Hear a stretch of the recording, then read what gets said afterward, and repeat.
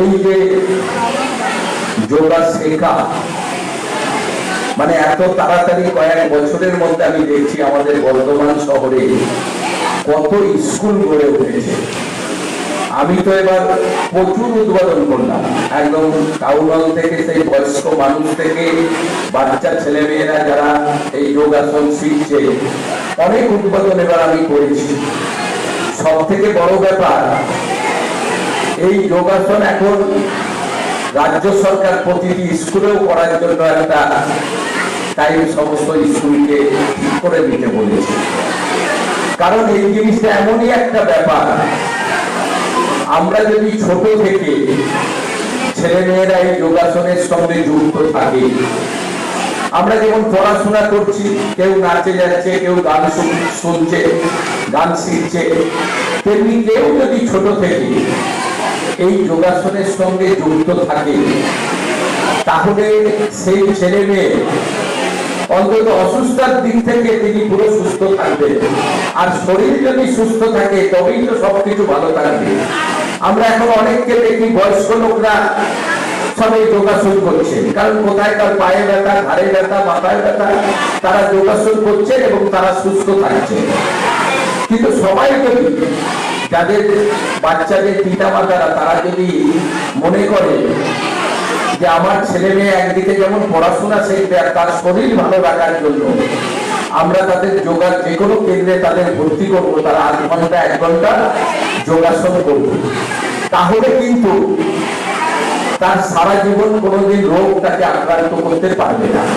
আর রোগ মানেই তো এখন দেখেছেন পয়সা লোকেরা শেষ হয়ে যাচ্ছে রোগে, আর ওষুধ যদি খেতে না হয় তাহলে পয়সাটা কিন্তু সবার থাকবে।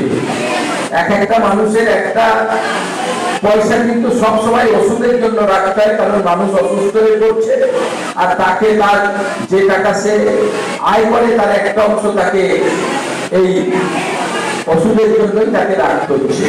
আর এখন তো এমন ওষুধ কারখানা, আপনারা শুনেছেন যে এমন ওষুধ কারখানার থেকে কমিশন নেওয়া হচ্ছে কোটি কোটি টাকা। আমরা হয়তো সুগারের ওষুধ খাচ্ছি, আবার প্রেসারের ওষুধ খাচ্ছি, সেটা ময়দার গুলো খাচ্ছি কিনা কে জানে।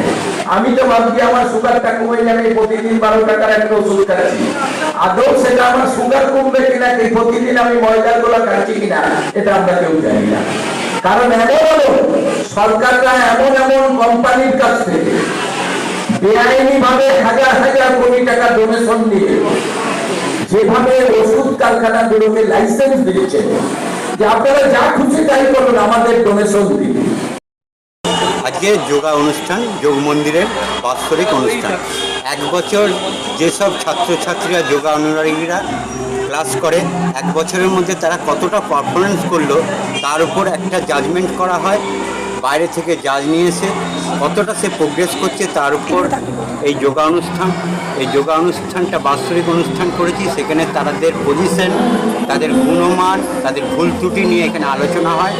তারপর তারা আবার 1 বছর কতটা সে প্রোগ্রেস করলো, কতটা প্রোগ্রেস করলো না, কতটা রেজাল্ট পেলো, তারপর করেই আমরা এই যোগানুষ্ঠানটা বাৎসরিক করে থাকি।